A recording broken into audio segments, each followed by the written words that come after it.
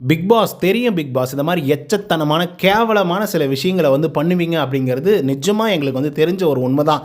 தர்ஷிகா வரணும் அப்படின்றதுக்காக தான் விஜய் விஷாலை வந்து போன வாரமும் எவிக்ட் பண்ணல, அதுக்கு முன்னாடி வாரமும் எவிக்ட் பண்ணல அப்படிங்கிறதெல்லாம் எங்களுக்கு கிளியராக தெரியும். ஏன்னா உங்களுக்கு வந்து கண்டென்ட் வேணும். அவங்க உள்ளர வந்து நாங்கள் வந்து புனிதமாக லவ் பண்ணோம், எங்களுடைய காதல் வந்து கண்டமேனிக்கெல்லாம் பேசாதீங்க அப்படிங்கிற மாதிரி வந்து அப்படியே அவங்கள ப்ரூவ் பண்ணிக்கணும். அதுக்கு ஒரு வாய்ப்பை வந்து ஏற்படுத்தி வந்து கொடுக்குறீங்க, அப்படி தானே? அதுக்கேற்ற மாதிரி இன்றைக்கி தர்ஷிகா உள்ளர வந்திருக்காங்க கைஸ். உள்ளர வந்த உடனே ஃபேட்மேன் கிட்ட பயங்கரமான ஒரு சண்டை. இந்த சண்டை எதுக்காக பிடிச்சாங்க அப்படிங்கிறத பற்றி இந்த வீடியோவில் முழுசாக பார்க்கலாம்.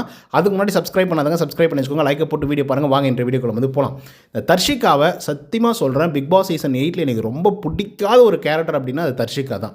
ரீசன் என்ன அப்படின்னு பார்த்தீங்கன்னா, அவங்க தப்பு பண்ணால் கூட நான் தப்பு பண்ணிட்டேன் சரிங்க அப்படின்னு சொல்லி நிதானமாகவும் பொறுமையாகவும் பேசி நான் பார்த்ததே கிடையாது. தப்பு பண்ணால் கூட அவ்வளோ ஒரு அகங்காரத்தோடு தான் வந்து பார்த்தீங்கன்னா அக்செப்ட் பண்ணி ஆமாம் என்னப்போ நான் தப்பு பண்ணிட்டேன் அப்படின்னு சொல்லக்கூடிய ஒரு ஆள் தான்.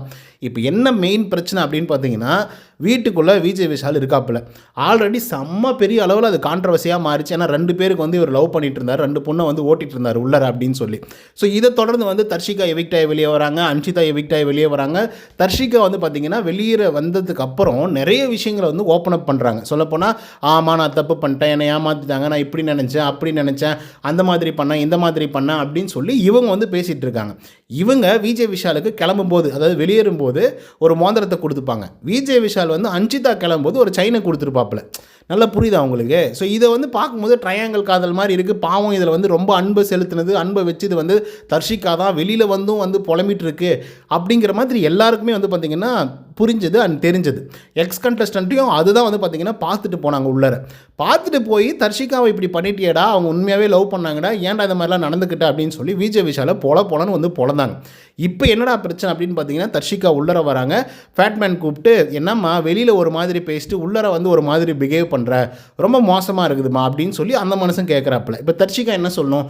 ஏன் பாஸ் அது வெளியில் உள்ளர வந்தால் நம்ம எவ்வளோ நாகரிகமாக நடந்துக்கணுமோ அதுதான் பண்ணணும். இல்லை எனக்கு பிடிச்ச ஆட்களை வந்து நான் அவனுடைய லைஃப்பையோ இல்லை அவனுடைய கேரக்டரையோ நான் ரூயின் பண்ண வந்து விரும்பலை.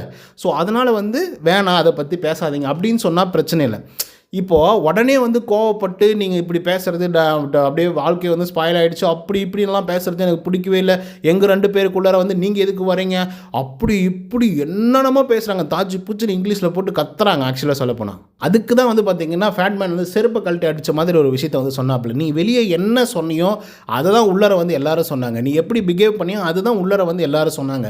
யாரும் வந்து தனியாக விஜய் விஷால் மேலே வெஞ்சன்ஸ் வச்சுக்கிட்டோ இல்லை உன்னுடைய பேரை வந்து கெடுத்தணுமோ அப்படின்னு சொல்லிட்டுலாம் யாரும் பண்ணலை. ஆனால் இன்றைக்கி ஒரு நடிப்பு நடிக்கிறப்பாரு, அது வேறு லெவல் இருக்குது அப்படின்றாப்புல ஃபேட்மேன். இது என்னுடைய லைஃப், யாரும் உள்ளர வராதிங்க அப்படின்றத மட்டும் கிளியராக சொல்லக்கூடிய தர்ஷிகாவுக்கு அறிவுன்றதே கொஞ்சம் கூட இல்லையா? சோசியல் மீடியாக்களில் வந்து விஜய் விஷாலை பற்றி அவ்வளோ தப்பாக வந்து நீங்கள் பேசுகிறீங்க, அவ்வளோ விஷயத்தை வந்து நீங்கள் பேட்டியில் வந்து சொல்கிறீங்க, அது இல்லாமல் போஸ்டெல்லாம் வேறு போடுறீங்க. அப்போ என்ன அப்படி I love you Vijay Vishal, I love you Vijay Vishal நான் போட்டுட்டு இருந்தீங்க. அவ்வளோ மோசமாக பேசுனதுக்கு அப்புறம் தான் ஒவ்வொரு கண்டஸ்டண்ட்டும் உள்ளர வந்து விஜய் விஷாலை வந்து பொலன்னு வந்து பொழந்தாங்க. ஏன் நீங்கள் சொல்கிறது தானே? அப்போ பேட்டியிலையோ இல்லை வந்து நீங்கள் போட்ட போஸ்ட்லேயோ இல்லைங்க விஜய் விஷால் எனக்கு வந்து அந்த மாதிரி டீப்பான ஒரு இதெல்லாம் இல்லைங்க, தயவு செய்து அவரை ட்ரோல் பண்ணாதீங்க, அதெல்லாம் தப்புங்க அப்படின்னு சொல்லி நீங்கள் அவங்களுக்கு வந்து டிஃபெண்ட் பண்ணியிருந்தா அது கரெக்டாக இருந்திருக்கும். ஊரே ஒரு மாதிரி பேசுது, அந்த ஆதரவு நம்ம பெற்றுக்கொள்ளணும். வெளியே வந்து ஒரு மாதிரி பேசிட்டு உள்ளர வந்து ஒன்று வேறு மாதிரி வந்து பேசுகிறது என்னவோ போங்க. வீடியோ பிடிச்சிருந்தா லைக் அண்ட் சப்ஸ்கிரைப் பண்ண மறந்துடாதீங்க.